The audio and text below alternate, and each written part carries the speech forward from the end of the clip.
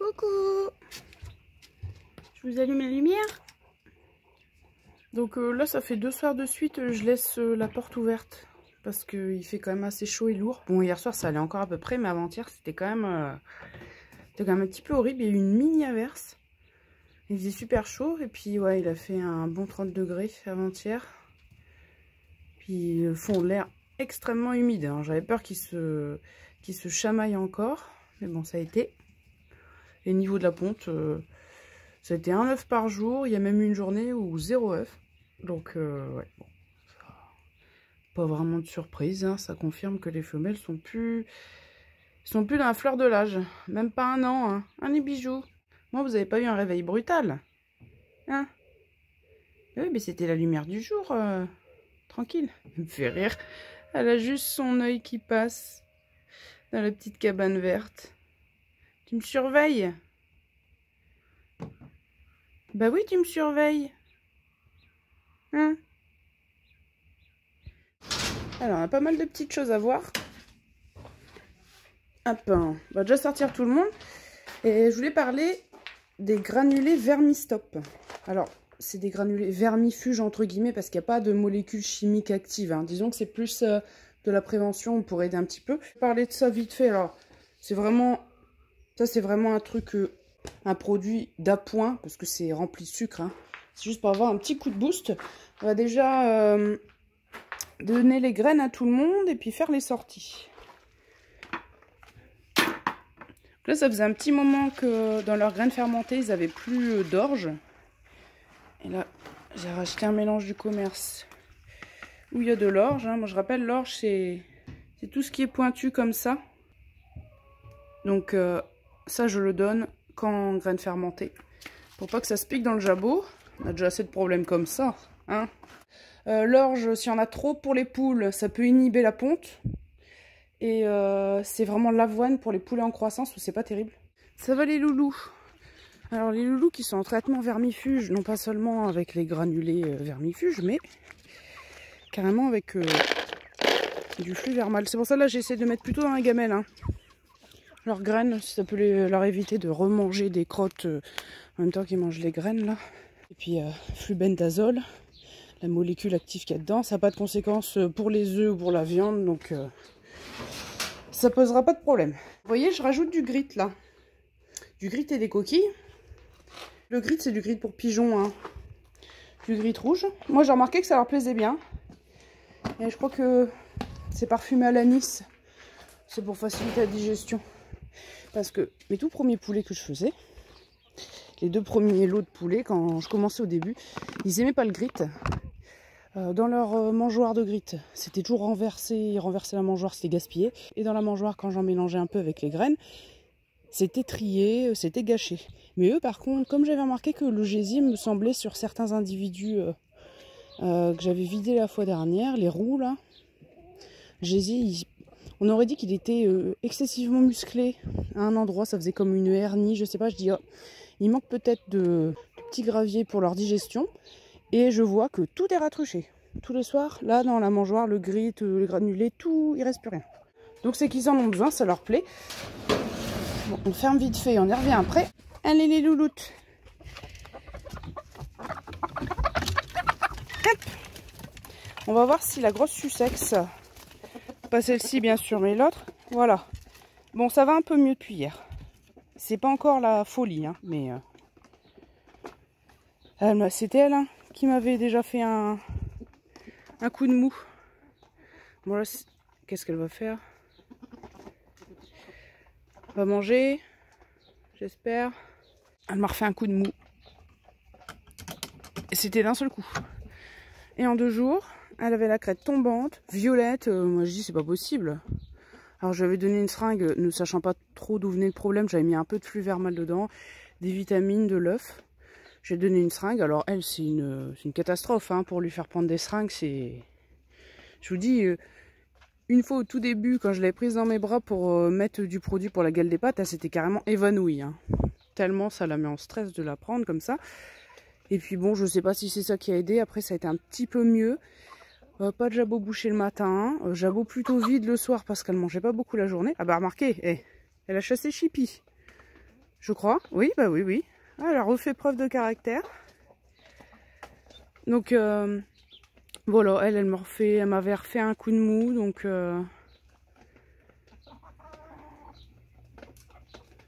Ah ouais, elle fout des coups de bec à Chippy, mais Chippy, elle est en mode je m'en fous, je mange quand même.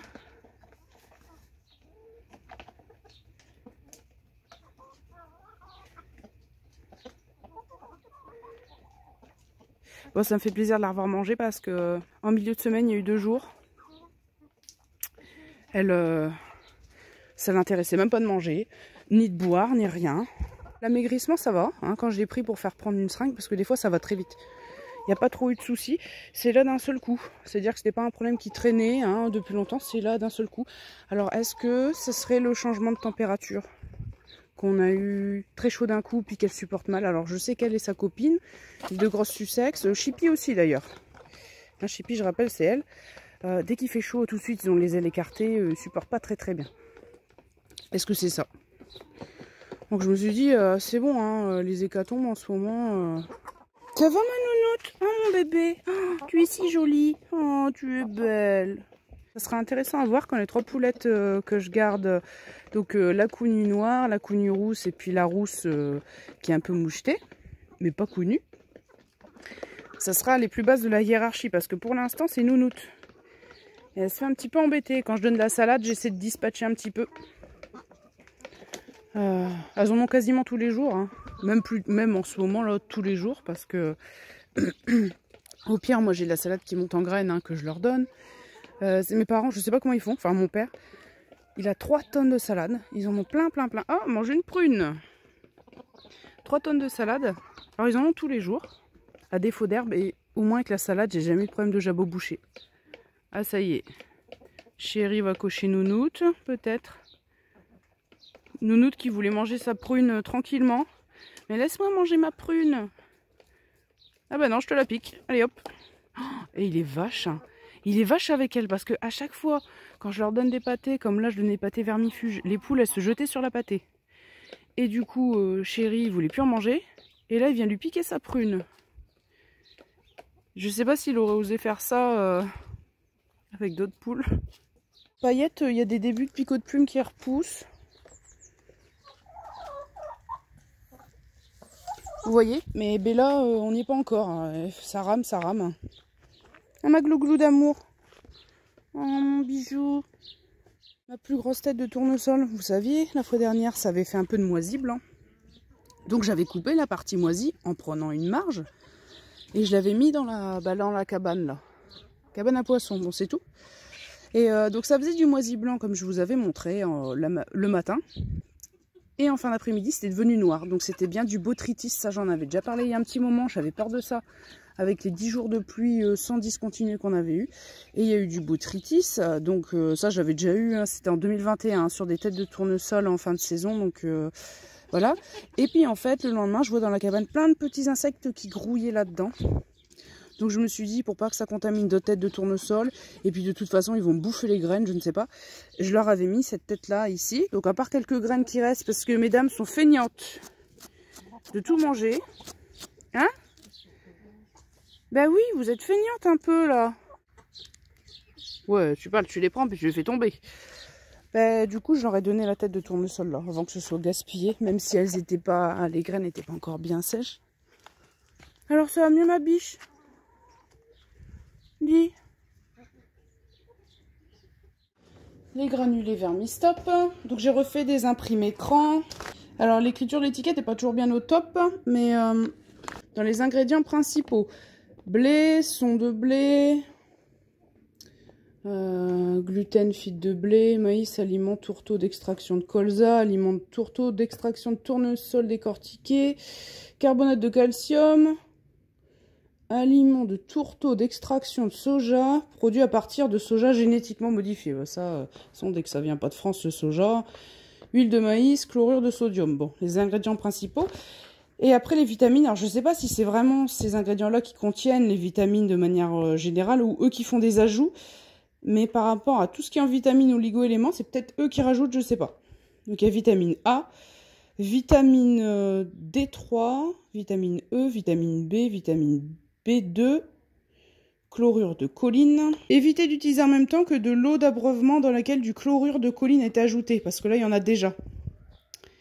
Et j'ai vu aussi administration simultanée de vitamine D2 interdite. Parce qu'il y a du manganèse, du sélénium, ça c'est bien le sélénium, du fer, de l'iode, du zinc, du cuivre, améliorateur de digestibilité. Là, je vois vitamine D3. Mais finalement, je vois pas de vitamine D2. Bon, mais en tout cas, du coup, il a fallu que je regarde. Je me suis dit dans ça, quand même, il va falloir que je vérifie qu'il n'y ait pas de vitamine D2. Hein. Donc, dedans, qu'est-ce qu'on a? On va essayer de chercher en français, ça sera peut-être mieux. Vitamine A, B1, B2, B6, niacine. 310, glucose, voilà, bon. Il n'y a pas de vitamine D2. Je vérifie à nouveau en même temps que vous. Hein, parce que je me suis dit, on va pas faire de contre-indication. Donc ça, attention, c'est avec du raisin. Donc, bon, ils disent du glucose. Du coup, si ça vient d'un fruit, c'est du fructose. Mais ça a le même effet, on va dire. Donc ça, c'est pour apporter un boost. Normalement, c'est pour les pigeons voyageurs. Quand ils reviennent à concours, qu'ils voyagent de loin, durant quelques jours pour leur donner un petit peu de boost. Là, les poules, c'est en début de semaine, pendant 2 jours, ils en ont eu dans l'eau de boisson. Et puis quand ils ont fini leur abreuvoir, c'est tout. Hein. Il n'a pas remis. Donc il y a un ajout de vitamines et puis un petit peu pour avoir un côté boost. Et puis c'est pas trop cher, 7 à 8 euros. Par contre, le pot n'est pas rempli à fond. Hein. Rempli de là à peu près. Faut pas non plus espérer des miracles. Là, c'est en ce moment, les cailles, elles en ont un petit peu dans leur eau de boisson. Et puis voilà. Alors, ce qui est marrant, c'est que ça fait jaune fluo. J'en ai pas mis en excès, hein. J'en ai mis même... Enfin, j'étais très loin de la dose maximale, hein, parce que c'est pas non plus des pigeons voyageurs, c'est pour leur apporter un peu d'énergie, mais non, pas non plus les rendre diabétiques, hein, ou avoir un foie gras. Donc, il y a une notice en papier qui est dans la poudre. Hein, donc, c'est-à-dire, si vous prenez ça et vous voyez rien au niveau des indications précises, dites-vous bien qu'il y a un sachet dans cette poudre-là. Dans le pot, quoi. Ça, c'était vraiment vite fait, hein. C'était... pour un petit côté boost. Et donc là, les granulés se présentent comme ça. La granulométrie est plutôt fine. Donc c'est pour ça que pour les cailles, ça va bien. Les cailles, j'en ai incorporé un tiers à leur alimentation. C'est juste comme ça. Normalement, les cailles, niveau parasites internes, externes, c'est un peu... c'est quand même beaucoup moins problématique. Il ne devrait pas trop en avoir. Enfin, j'en ai jamais vu, hein, mais je dis, bon, le risque zéro n'existe pas. De par une contamination indirecte par les mains, le matériel, etc. On ne sait jamais, mais bon... c'est pour ça que tous ceux qui vont dire « Ah oui, ils sont pas en volière extérieure, les cailles et tout », vous n'avez pas vu tous les problèmes que j'ai avec les poules et les poulets. Donc les cailles, qui plus est en hauteur, parce qu'elles seraient élevées sur le sol, par les chaussures, ça pourrait encore être facile de faire une contamination. S'il n'y a pas de pédiluve, etc. Donc, disons que là, ils n'ont peut-être pas l'espace, un espace infini, mais au moins ils sont quand même...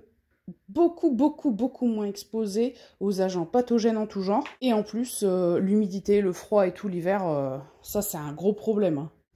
Donc pour revenir au vermistop, donc ça c'est pour aider, parce qu'il n'y a pas de molécules chimiques.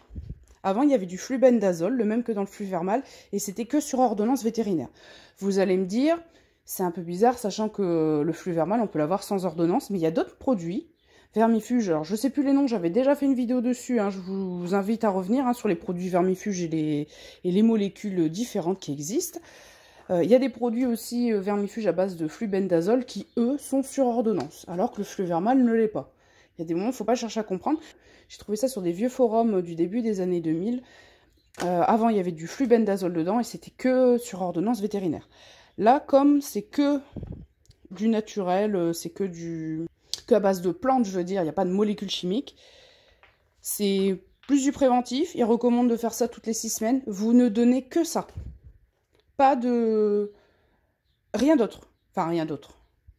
Vous ne le mélangez pas de moitié-moitié avec du grain et tout. Les cailles, c'est parce qu'a priori, ils n'en ont pas. C'est juste comme ça pour booster un petit peu leur défense intestinale. Mais vous donnez que ça. Donc là, je suis en train de finir le bidon. Ils en ont... j'en ai mis dans le remplissage des mangeoires le lundi soir. Donc c'est à partir du mardi matin. Où ils mangeaient exclusivement ça. Là, je pense que ce qui reste dans le bidon, il y en aura peut-être juste assez pour les poulets demain. Ça ira plutôt en priorité pour les poulets, je pense. Hein. À part les graines fermentées qu'ils ont un peu...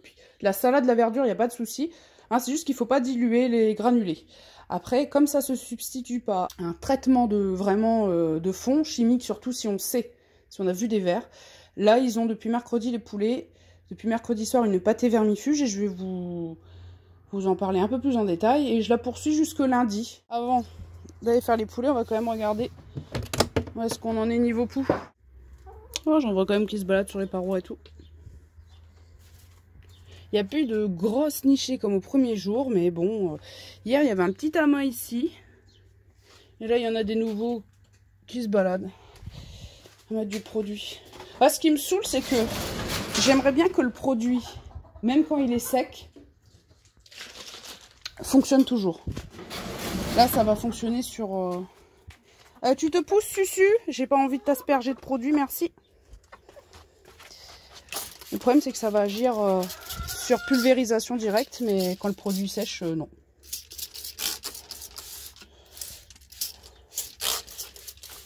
Et le souci c'est que le produit est donné dans l'eau de boisson. Alors déjà peut-être moyennement compatible avec la consommation des œufs et encore plus de la viande par contre. C'est que sur ordonnance vétérinaire le Exolt. Et franchement, à presque 30 € le petit flacon à mettre dans l'eau de boisson que à base de plantes sur diatosphère, je sais pas ce que ça donne. Il faudrait vraiment quelqu'un avec un peu de recul, je sais plus le nom. Non, non, non, Air Force, Pounette, Air Force, je sais plus. Il faudrait vraiment quelqu'un témoigne de l'efficacité ou non du produit.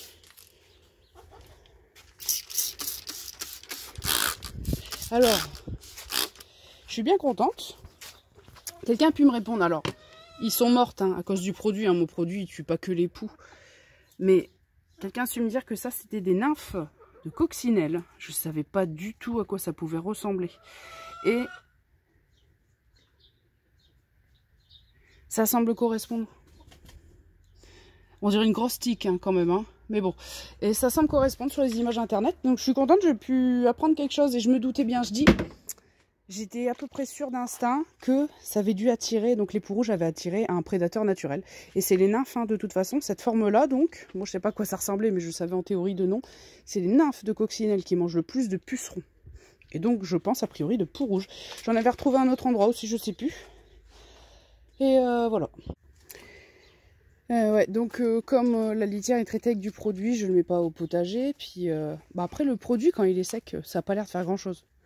Mais admettons, dès qu'il est réhumide, hein, je sais que le pyrètre, de toute façon, c'est même pas utilisé, même pas autorisé en agriculture bio.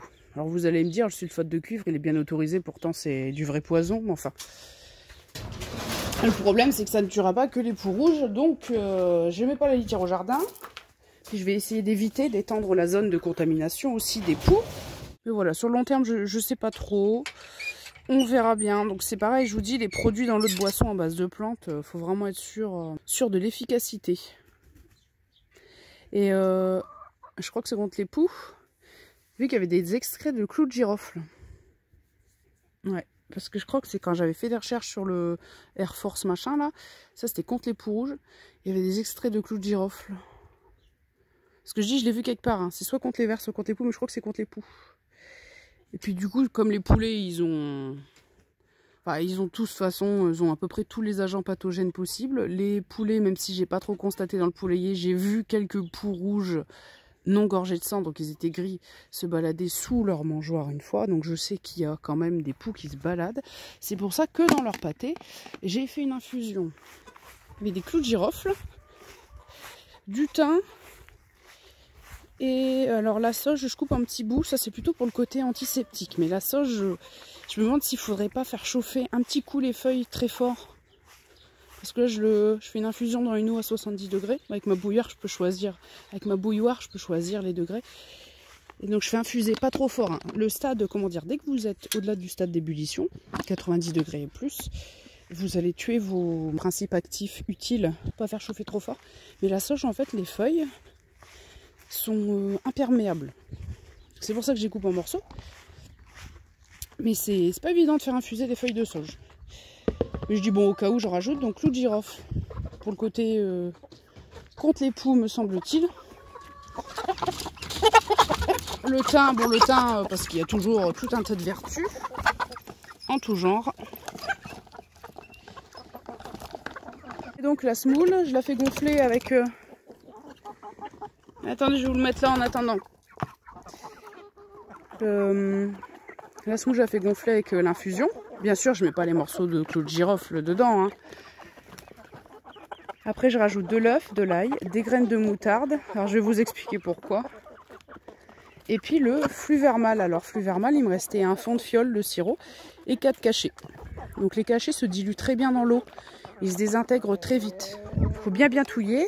On mélange, puis après, de toute façon, la pâtée, je touille, je retouille. Je sais plus si j'ai dit que je rajoutais de l'œuf aussi. Oh là, ils ont encore fait caca sur l'abreuvoir. Hein. C'est chiant, hein. Et parce que c'est cette miss là qui a fait une crotte et j'ai vu un verre dedans. Bah, ça ressemble à un Eterakis, mais un petit peu gros quand même. Hein. Là, j'avoue, je l'ai quand même bien vu. Mais c'est pas un Ascaris parce qu'il était pas blanc. Hein. C'était de couleur translucide. Quand j'ai vu ça, je dis non, c'est pas possible. Ce qui m'avait attiré l'attention, c'est que sa crotte était très... Mais t'es amoureux d'elle, hein, la semaine dernière déjà. Hein. Ça chouine. Donc, qu'est-ce que je voulais dire? Oui, sa crotte était marron très clair, marron jaune un petit peu. Même les filles ensemble, elles se battent. Ça a attiré mon attention, j'ai regardé, puis j'ai vu un petit verre, au moins un bouger. Donc je dis, bon, allez, vite fait. Je vais faire une pâtée vermifuge. Je dis, c'est pas possible, il y en a ras-le-bol. J'avais déjà perdu un poulet, sans doute à cause de ça. Il y a quelques coques, surtout les coques, qui sont, pour certains, qui manquent de grosseur au niveau de leur flanc. Donc j'ai allé au contraire de tout le monde. Il faisait à moitié nuit, donc j'ai dû les aider à finir de manger la pâtée en les éclairant à la lampe torche. C'était folklorique.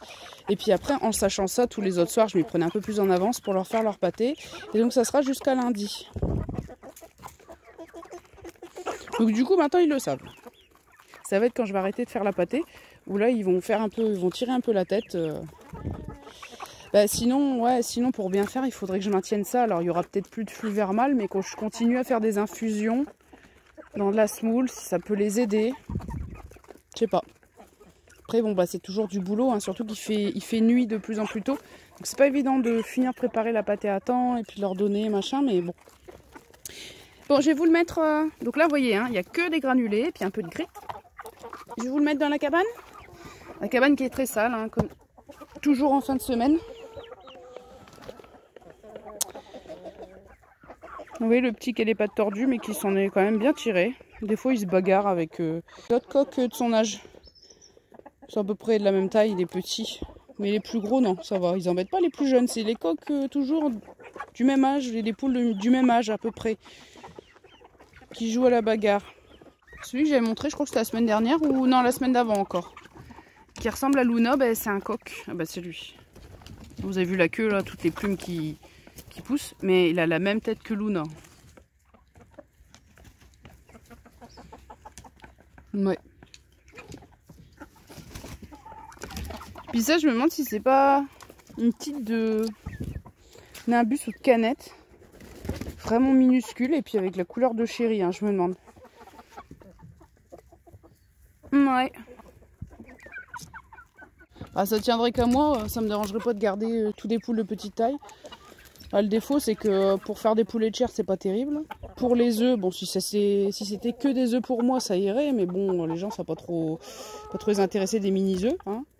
Et puis, bah, le problème, c'est que si un prédateur aérien, une buse ou quoi, les poules naines, on est quand même un peu moins en sécurité. Après, s'il y a une fouine, un renard, tout y passe de toute façon, mais bon. Oui.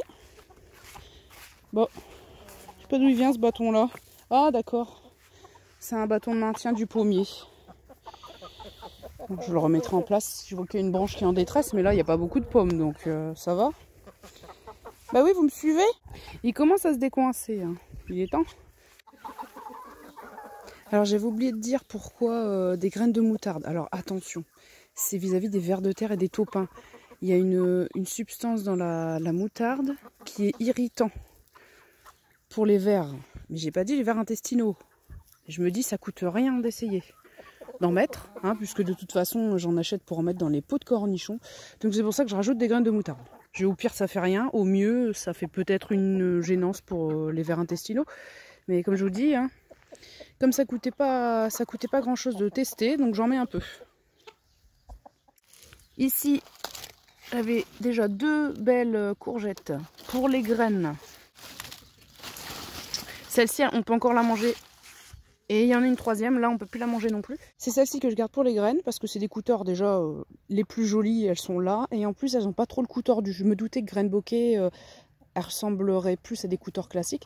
Mais moi c'est plus ça qui m'intéresse, que ça fasse un peu plus courgettes. Puis elles sont bien belles. Donc là j'en ai carrément 3, ça me suffira hein, pour récolter des graines.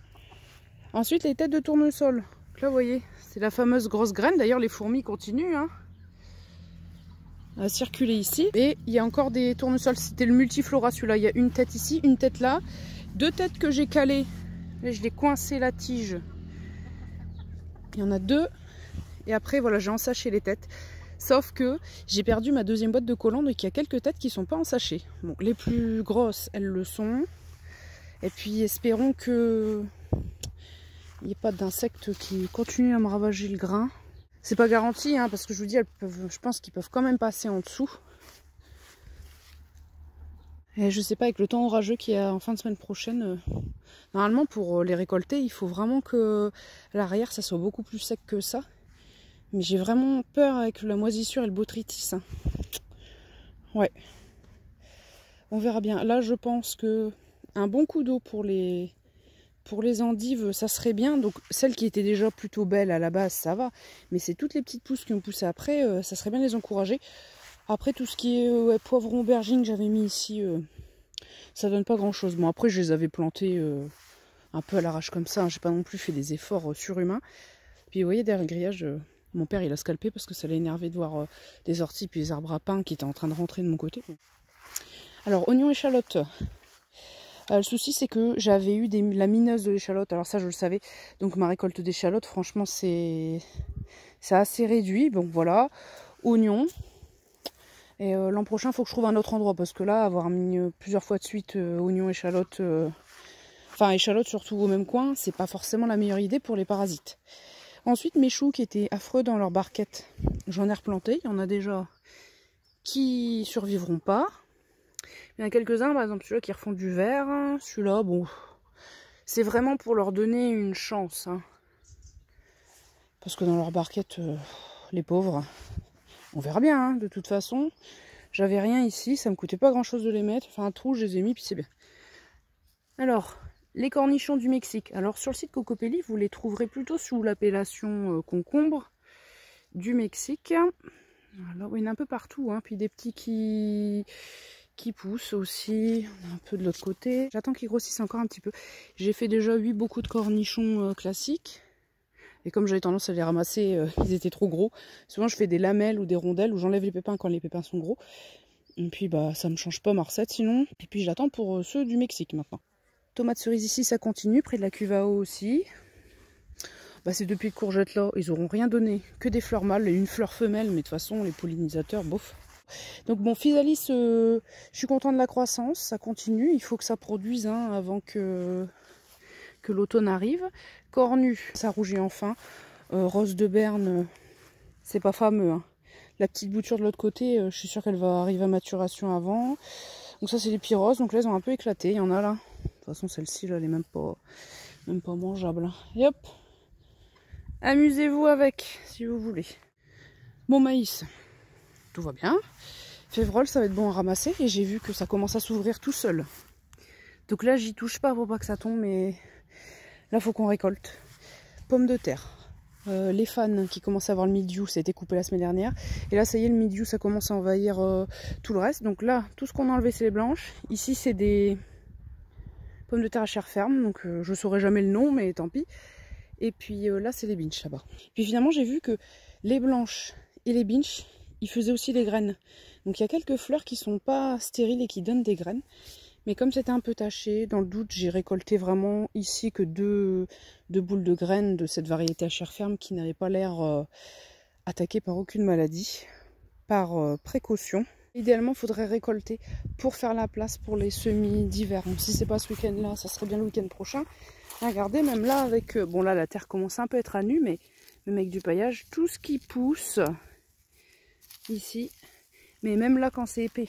Alors malheureusement, regardez. Des pommes de terre qui commencent à être exposées à la lumière. Bon là par exemple, là c'est foutu. Ou alors vous coupez le bouquet vert, mais bon, bref, c'est pas... Le paillage, c'est vachement réduit. Hein. J'avais déjà essayé de recouvrir celle qui dépassait, mais regardez, il y a une bétail qui est venue me creuser là. Ah, c'est même une taupe ici, là, ça fait une butte. Celle que je vois nue, je sais pas quand est-ce qu'on la récolte. Mais là, il faudrait faire place pour les semis d'hiver, salade, tout ce qui est salade et choux, que je vais vous montrer après. Ah bah tiens, ça m'a refait un mini artichaut. Bon, c'est pas pour ça que... Bon, les fraises, ça n'a pas l'air de...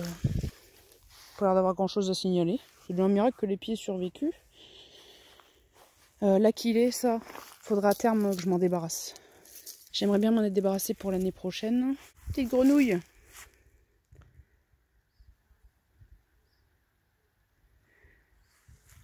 Et oh, il y avait des chardons. Leur pompon avait explosé. À chaque fois, je repoussais l'échéance pour l'arracher. Je disais, ah, faut que je prenne des gants, du matos spécial et tout. Il y avait des pompons de fleurs qui étaient en train de s'exploser. Lundi, ils m'ont dû en urgence. Il a fallu que je les enlève sans les éparpiller et tout. Bon, ça m'apprendra, hein, quand on fait pas les trucs au fur et à mesure. Après, c'est compliqué. Alors ici, bah, pour l'hiver, en fait, tout ce qui est carottes, poireaux, d'ailleurs les poireaux, ils ont bien aimé l'eau. Là, il faut savoir quand il fait chaud comme ça. Là, on n'est pas à 30 degrés aujourd'hui, mais on l'a été avant-hier. De toute façon, au-dessus de 25, les poireaux, croissance, ça stagne. Mais ça, pour l'hiver, ça va aussi. Ça, chicorée rouge, on peut récolter le cœur. Et normalement, durant l'hiver, ça peut refaire un cœur au centre. Donc, on peut le laisser en terre. Et les bêtes épinards. Là, après, tout ce que vous voyez là en hauteur, c'est les salades qui ont monté en graines. Il y a aussi l'El Mundo. Il faudrait récolter ici. Alors là, ça sera vraiment le mystère. Hein. Savoir ce que ça a donné. C'était des tout petits tubercules que j'avais mis vraiment les uns sur les autres. J'ai aucune idée, ça sera la surprise. Hein. Et regardez, normalement c'est de la bête à quart de variété naine. Hein. Ce pied-là, il est énorme. Mais vraiment, c'est le seul à ce point-là. Heureusement que c'est une variété naine, hein, soi-disant. Il y avait un bug hein, dans le système, je pense. Et puis, bah, cornichons blancs, je vais pas renouveler. Je vais même pas garder les graines, rien du tout. Vous voyez les cornichons Paris que je ramassais pas? Bah, finalement, ils devenaient beaucoup plus gros. Et puis, malgré l'oïdium, qui a touché les cornichons de Paris déjà il y a bien 2 mois, ça fait longtemps que ça a commencé, ça a toujours réussi à produire en grosse quantité, une croissance rapide et tout, pas de soucis. Puis là, en plus, il y a des petits picots. Et vraiment, ça pique vachement les doigts. Quand on le nettoie, même quand on le ramasse et tout. Alors j'ai donné les graines au client qui m'avait donné mon pied de cornichon du Mexique. Et puis cornichon du Mexique, je vais essayer de me débrouiller pour garder des graines. Pour l'an prochain, et ça s'hybride pas avec les cornichons classiques, ça c'est bien. Et j'essaierai peut-être cornichons, alors c'est de la famille du melon, j'en ai parlé la fois dernière, comme ça s'hybridera pas. Et c'est cornichon serpent, un truc comme ça. Et c'est de la famille du melon, donc ça aime bien la chaleur quand même, hein, donc... on verra, hein. Il y a 3 variétés différentes, il y a vert doré, puis là je sais plus. Je pense que je prendrai la variété classique. Je sais pas s'il y a vraiment des grosses différences. Alors ceux qui connaissent, hein, c'est un concombre serpent, pardon, j'ai dit cornichon, je sais plus. Concombre serpent, ceux qui connaissent un peu et que sur les 3 variétés disponibles, il y en a une qui a l'air mieux que les autres, ou plus résistante, vous me le dites. Mais ça sera pour l'an prochain. Alors, sur mes 12 variétés de tomates, je suis en train de récolter les graines et les cream sausage. Vous voyez, soi-disant pas sujet au cul noir. J'avais déjà vu l'an dernier que un peu quand même. Et résistant au mildiou. Bon là, c'est un foyer infectieux énorme. Hein, de toute façon, comment dire, une résistance, c'est quand même limité. Faut pas non plus proposer des conditions de vie horribles à la plante. Là, c'est un peu trop compliqué pour qu'une plante résiste aux attaques de mildiou. Mais je vois Cream Sausage, ça n'a pas l'air de trop se démarquer. Alors que Paul Robeson, pour l'instant, les fruits, ça va. Mais du coup, je suis un peu embêtée pour les graines. Ça, les cornus de ma grand-mère et les romas qu'on récolte d'année en année. Mais c'est parce que j'ai des problèmes d'identification. C'est-à-dire que là, par exemple, je ne sais pas si les cornus ou des romas qui sont énormes. Parce qu'on n'arrive pas à voir d'où vient le pied. C'est pas évident, c'est trop fouillé. Par contre, mes grosses tomates cerises, on est bon. Donc là, c'est déjà pour ça, c'est un problème d'identification. Et là, après, il me restera que vraiment 2 variétés sur les 12 où j'ai pas de graines. Et c'est vraiment pour les cream sausage où j'ai des doutes si je vais y arriver. Alors, je compte garder finalement des graines de mes romaines striées. Parce qu'en fait, il y avait 2 pieds côte à côte. Et ce pied qui est là, celle-ci elle est tombée, tiens. Ce pied qui est là, il n'y a presque pas de cul noir. Bah, celle qui était atteinte par le cul noir d'ailleurs, sur l'autre pied d'à côté, ça s'est pas mal désagrégé, quoi. Tout est tombé, machin. Puis ce pied-là, il y a l'air de manifester des résistances autres. Donc je me dis peut-être que je vais laisser une chance. Parce que là, c'est vrai que il n'y a pas de cul noir sur celui-là. Donc au pire, j'ai déjà remarqué en coupant le cul au pire. Et en mangeant tout ce qui reste de la tomate. Elles sont quand même pas mauvaises. Donc je vais peut-être quand même leur laisser une chance. Ma pauvre aubergine, sans doute la seule de la saison. L'an prochain, poivron, aubergine, je retesterai d'autres trucs aussi. Des trucs de Russie. Enfin, en Russie, c'est pour les poivrons. Des trucs vraiment qui s'en sortent en saison courte et tout, quand on n'a pas de serre, pour voir un peu ce que ça donne. Faut pas hésiter à changer. Donc vous voyez, il y a pas mal de feuilles grillées. Mais les extrémités des cornichons produisent toujours. Puis il y a toujours des pollinisateurs à l'œuvre. Donc pour l'instant, je récolte toujours. Là, il y en a 3. Vous voyez la taille que ça a? Et ça devient moitié plus gros que les cornichons blancs, donc je ne vais pas m'acharner. Les concombres blancs, pardon. Bon, c'est la même famille, hein. En fait, c'est une question du moment où on récolte. Tiens, je vais pas me faire avoir. Comme c'est moins touffu, je le vois un peu plus. Parce qu'ils grandissent vite, hein, ces cochons-là. Je vais le prendre celui-là. Alors quand ils changent couleur ocre comme ça saute aux yeux, mais sinon j'ai vraiment du mal à voir. Moi j'en ai vu un tout à l'heure. Et ben voilà, il est ici. Ça saute moins aux yeux, hein. Ben ça, je fais des cornichons. La plupart de ceux que je récoltais, c'était comme ça. J'ai des cornichons avec et puis mais je les coupe en lamelles. Je les ai plus, je les coupe en lamelles, j'enlève les pépins, tout ça. Puis voilà, je fais des bocaux avec des lamelles de cornichons. Et je sais pas, cornichons de Paris, ben, c'est classique, c'est tout simple, mais des fois les classiques, c'est pas si mal. Butternut, j'ai peut-être été médisante, mais bon, quand même, ouais, je vous dis, ça devient compliqué. Voilà, on sent que les maladies, tout ça, c'est un peu la fin. Là, toutes les herbes qui sont en train de me faire des graines, il va falloir que j'élimine ça. Hop. Il y en a une grosse de butternut là. Donc au début, elles sont vertes, hein, puis après ça vire au jaune, et après ça devient ocre. Il y en avait une grosse là-bas, on l'avait vue ensemble l'autre fois. Alors je préfère vous prévenir, je tourne ça après, que j'ai dit des grosses bêtises. Vous voyez butternut, ok. Et là en fait, si, les courges du Mexique, ça ressemble à ça. Donc c'est peut-être ça en fait, que je confonds depuis tout à l'heure avec des butternuts. Donc finalement c'est peut-être les butternuts qui sont pas terribles, et peut-être que c'est les courges du Mexique qui donnent bien. Mais ça sera vraiment quand en fin de saison à la récolte, je suivrai d'où viennent les tiges et savoir qui vient de quel pied. Et ça serait peut-être bien donc les butternuts à changer. Peut-être que courges du Mexique, peut-être les garder. Mais voilà, ça sera à voir. Donc là, j'ai peut-être raconté un peu n'importe quoi, hein. Mais vraiment potiron potimarron, c'est impeccable. Oh là là là là. Il va falloir que je me faufile. Ça, ouais. C'est pas évident. C'est de ma faute. Oh là là. Ah bah ouais, bah lui il se coince derrière le grillage. Bah ça va être bien quand la croissance va plus pouvoir le récupérer. Ça faut faire gaffe, hein. Quand vous laissez grimper au grillage. Le souci c'est quand ça pousse derrière le grillage. Bon là c'est mon cas de figure avec le brise-vue qui est vraiment rattaché partout. Là il faut que je fasse une intervention, sinon je pourrais pas le récolter. Je sais pas comment je vais faire, à part le couper en petits morceaux pour le passer à travers. Et voilà, ça fait partie des choses à surveiller. Donc quand ça pousse du bon côté, ça va, mais sinon, faut faire gaffe, hein. Donc je vais essayer de le décoincer. Bon, j'ai réussi à le sortir très difficilement. Il est abîmé. Alors, soit il cicatrise, soit c'est tant pis pour lui. Mais je préfère ça que sacrifier mon grillage. Faut pas non plus déconner. Pas pour une citrouille, hein. Ah là là. Si on veut pas être embêté, il faut un sacré espace quand même pour avoir des citrouilles. Bon, on va pas se plaindre. Déjà, si ça s'y plaît, ça pousse bien, c'est déjà ça, hein. Pas toujours se plaindre. Bon voilà, tomate en tout cas, récolte de graines malgré tout. Puis je voulais montrer donc Paul Robeson qui résiste au mildiou pour l'instant. C'était Cream Sausage, donc les petits traumas jaunes là, qui ont le cul noir, bon bref, qui sont résistantes au mildiou. Il y a aussi donc la Paul Robeson. Pour l'instant, ça se manifeste pas sur les fruits, pour l'instant, hein.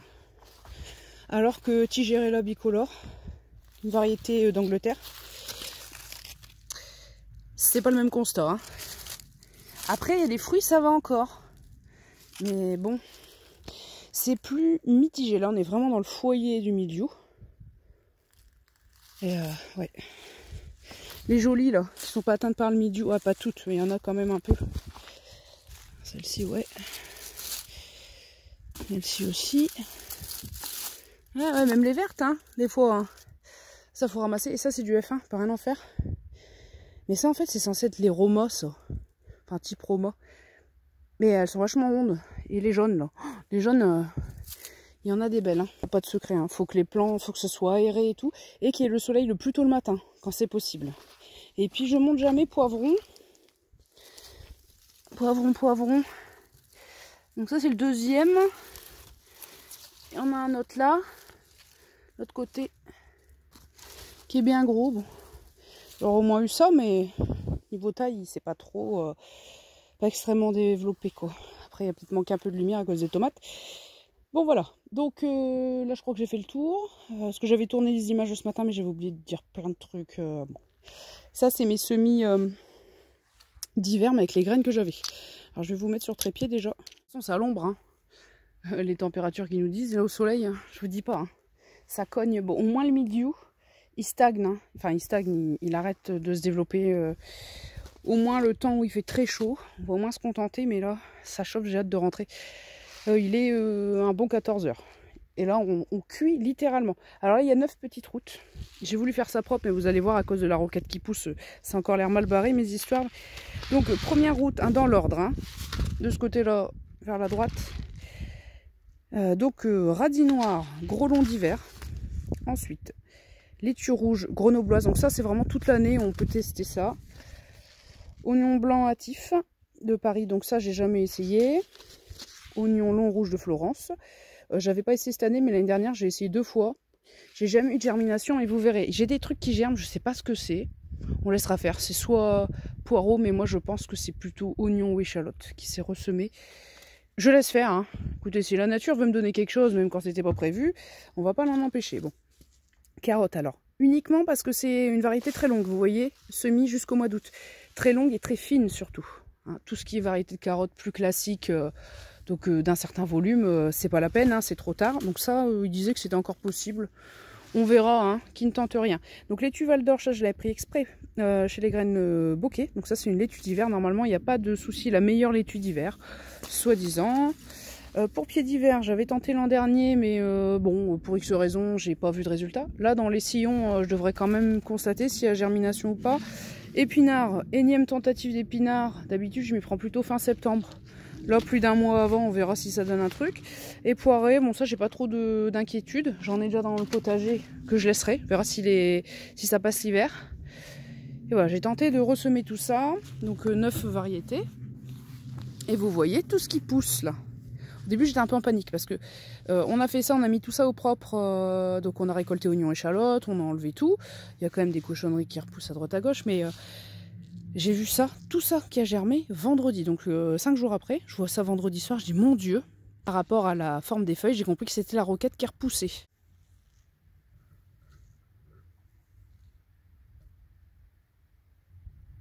Donc, me voilà bien. J'ai voulu faire un truc propre et puis finalement... Oh! Ah bah ça y est déjà. Regardez. La bête à carde, soi-disant variété naine. Hein. Vous avez vu le pied là-bas tout à l'heure. Ça pousse. Mon épinard, je pense qu'il n'y a toujours rien. Puis, ouais, je pense qu'il n'y a que ça de toute façon. Là-bas, c'est vrai que de toute façon, c'est de la même famille, les radis noirs. Là, il y a 3 grosses petites pousses avec des gros cotylédons. Alors peut-être que c'est des radis, ça, mais ça va être compliqué. Ça ressemble à la même chose que la roquette au début quand ça pousse. Donc, et puis, vous voyez tout ça là. Ça fait des petites tiges. Pour moi, c'est poireaux, oignons, échalotes. Qui se seraient ressemés. Il y avait des petits poireaux là. Mais je les ai virés. On va regarder. Qu'est-ce que c'est que ça? Écoutez, ça on va laisser, puis on verra bien. Hein. Là j'ai fait un test. De toute façon j'ai plein de poireaux, hein, je suis pas à ça près.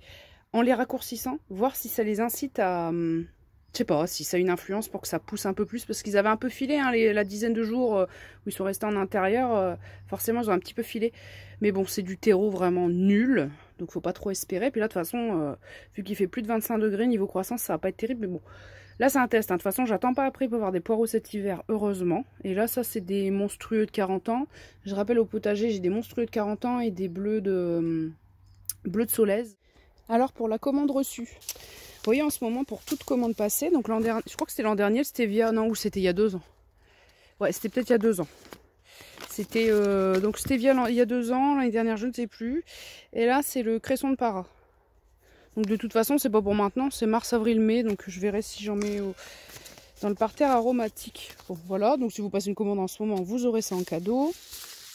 Alors, ça c'est ce que je vous avais dit, j'ai montré des images la fois dernière. Donc j'ai pris de la laitue paumée de printemps Goth jaune d'or. Donc ça c'est Didier Jardinier Paresseux qui le recommandait. Ainsi que la Paris Island qui apparemment est très bien pour l'hiver. Très résistante au froid. Donc après lui il fait aussi des cultures en serre. En serre disons que ça protège des excès d'humidité. Et donc moins il y a d'humidité, plus une plante résiste à des gelées importantes. Mais par contre une plante qui pourrait être très résistante à des grosses gelées par temps sec, elle pourrait ne pas tenir à des gelées plus moindres, mais par temps très humide.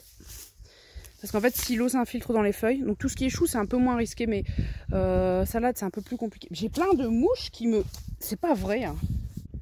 Il y a l'humidité qui rentre dans les feuilles, et en fait, ça va diluer leur sève, entre guillemets, je sais plus comment on dit. Ça va diluer leur sève, et du coup, ça va les rendre moins résistantes au froid. Regardez un poireau, un chou, des choux, tout ça. Si vous faites glisser de l'eau sur leurs feuilles, vous voyez qu'il y a un effet déperlant sur la sauge aussi. C'est pour ça aussi que la sauge, c'est pas évident de faire des infusions avec. C'est vraiment, plus c'est déperlant, plus c'est imperméable, plus ce sera des légumes qui résisteront au froid. Donc plus une salade est croquante, tendre et tout, moins elle sera résistante, globalement. Donc ça, c'est de la roquette. Il n'y a pas de petite photo avec, mais c'est de la roquette qui résiste normalement à l'hiver, au grand froid, normalement. En tout cas, elle a été sélectionnée pour ça. Donc,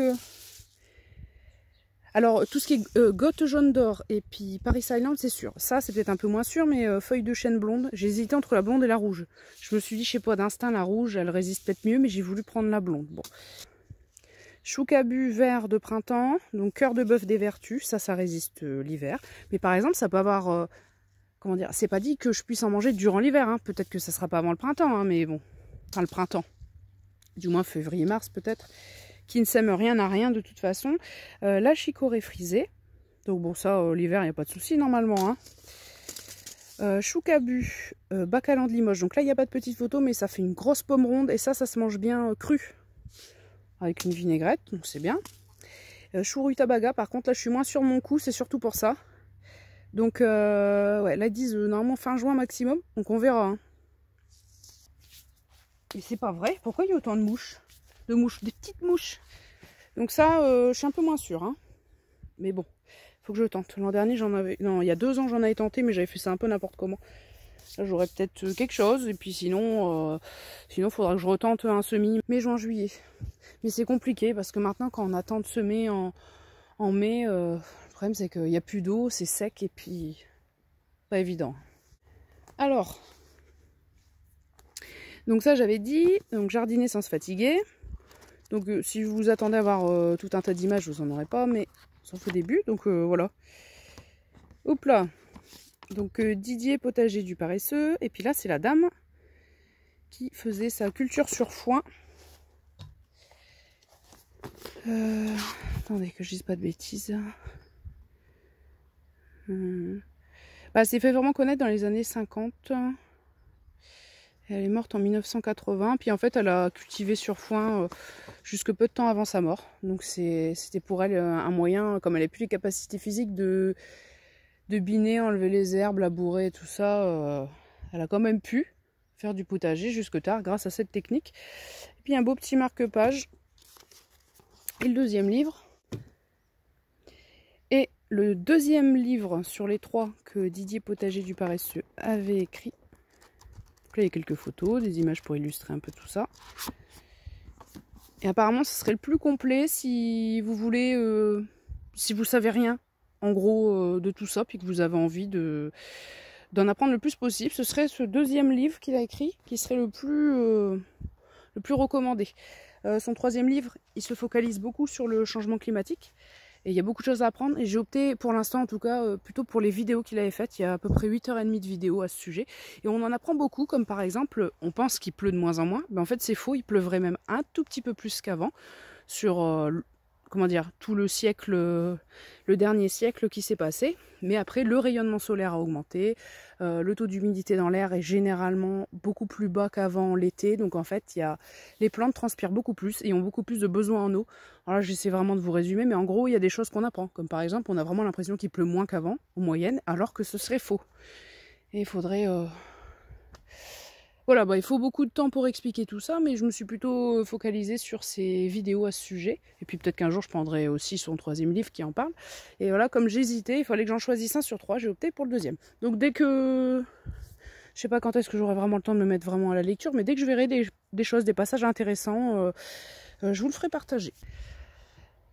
Donc voilà, allez, à plus.